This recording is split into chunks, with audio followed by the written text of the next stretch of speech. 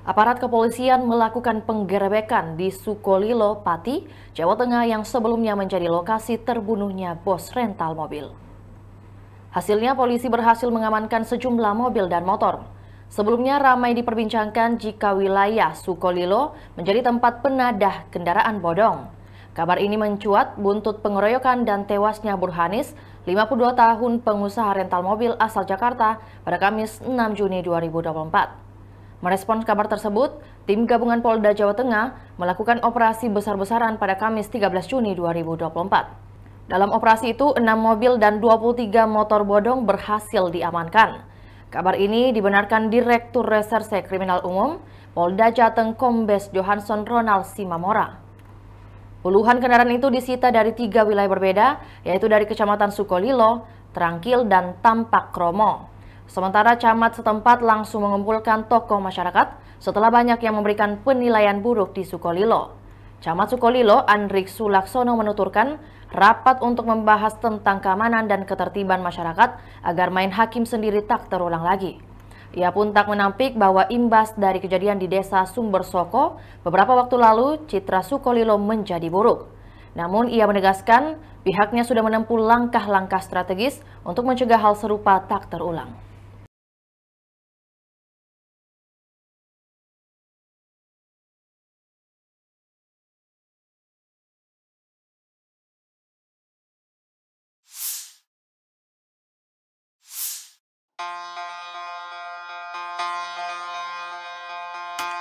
Lima remaja SMP yang mengejek korban Gaza Palestina telah muncul ke publik untuk meminta maaf dan mengakui kesalahannya.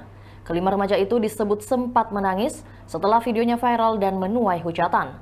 Pelaksana tugas PLT Kadisdik DKI Jakarta Budi Awaludin mengatakan kelima remaja tersebut telah dipanggil oleh Dinas Pendidikan. Budi menyebut mereka telah menyesali perbuatannya. Para remaja tersebut dalam kondisi ketakutan usai video mereka viral. Bahkan mereka memohon kepada Dinas Pendidikan DKI Jakarta agar dibantu menyelesaikan masalah yang kini mereka hadapi. Sebelumnya, viral di media sosial, aksi para remaja SMK kompak bercanda dan mengolok-olok soal korban di Gaza, Palestina akibat agresi militer Israel. Mereka menganalogikan makanan yang mereka makan sebagai darah hingga tulang anak-anak Palestina. Mirisnya, sekelompok remaja tersebut menganggap kalau candaan soal korban di Palestina itu lucu, bahkan sampai tertawa lepas. Aksi olok-olok 4 remaja tersebut sontak membuat warganet marah, bahkan menganggap aksi mereka tak memiliki simpati ataupun empati. Tak hanya sampai di situ, aksi bocah tersebut bahkan sampai viral ke Palestina.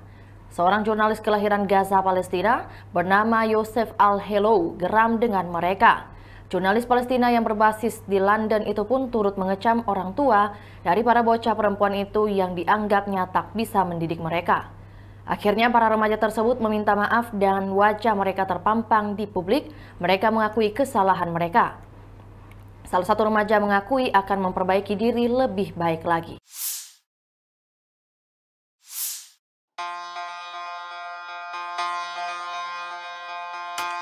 Keberadaan Ketua RT Pasren dan anaknya Kavi akhirnya terungkap. Sebelumnya, Pak RT dan anaknya disebut diusir warga dulu ketika dianggap tak bisa membantu para terpidana kasus pembunuhan Vina dan Eki tahun 2016 lalu.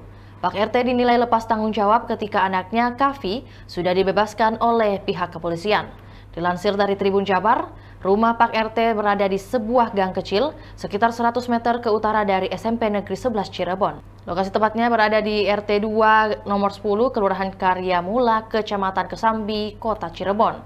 Diketahui rumah ini juga terhubung dengan rumah salah satu terpidana, Sudirman, dan warung Bu Nining yang menjadi tempat berkumpul para pemuda sebelum pindah ke rumah Pak RT. Jarak antara rumah Pak RT dan warung Bu Nining sekitar 50 meter. Sayangnya ketika wartawan mencoba mewawancarai, hanya ada menantu Pak RT. Pria itu mengatakan jika Pak RT sedang sakit dan Kavi kerja. Pihak keluarga juga menyarankan agar keterangan lebih lanjut mengenai kasus ini ditanyakan kepada kepolisian karena Pak RT sudah memberikan keterangannya.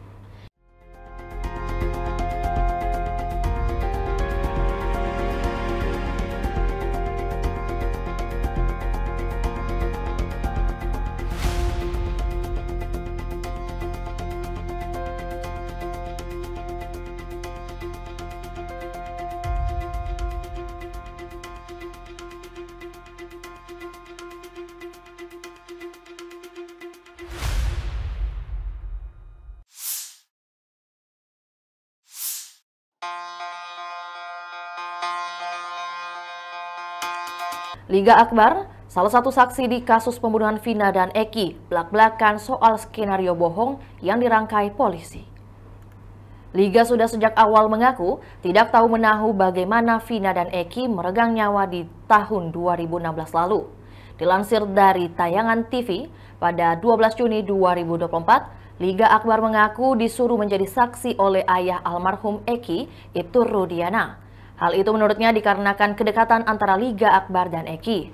Ketika itu, Ibtu Rudiana meminta tolong dirinya menjadi saksi untuk memperkuat bukti. Ia kemudian dijemput langsung di rumahnya.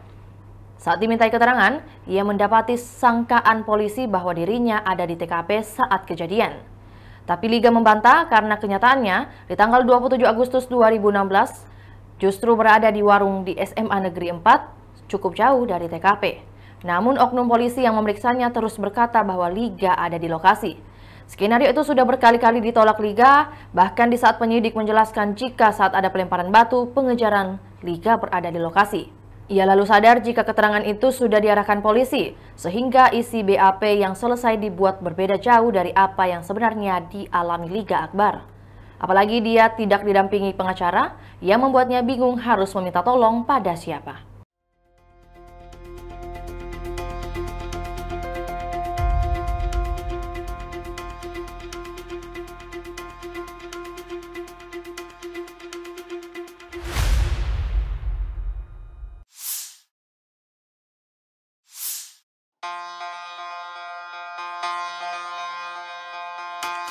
Aparat Polda Jawa Tengah langsung melakukan operasi besar-besaran ke daerah Sukolilo Pati usai ramai dicap sebagai sarang kendaraan bodong pada Kamis 13 Juni 2024. Hasilnya polisi mengamankan 23 motor dan 6 mobil tanpa surat-surat.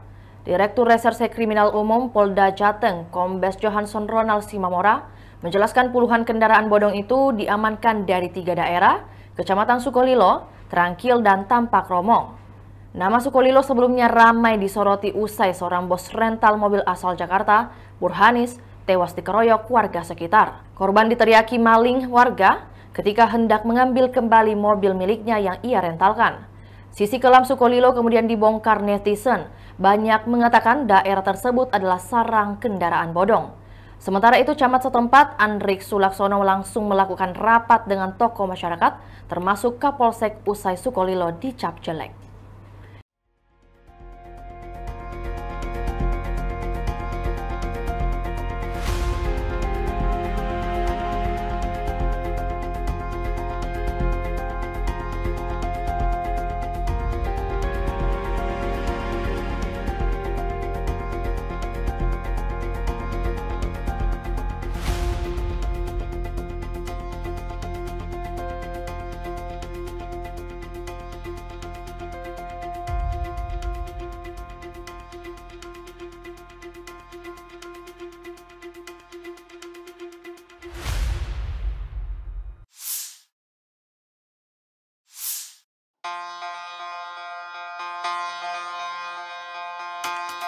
Presiden Republik Indonesia terpilih sekaligus Menteri Pertahanan Republik Indonesia, Prabowo Subianto memperingati pihak tentara Israel soal serangan ke Palestina. Kata Prabowo, Israel akan terkucil jika mereka menolak usulan gencatan senjata. Hal itu diutarakan Prabowo pada konferensi pers setelah bertemu Presiden Jokowi di Istana Kepresidenan Jakarta pada Kamis 13 Juni 2024. Suatu pengaruh yang terus-menerus, ya, sehingga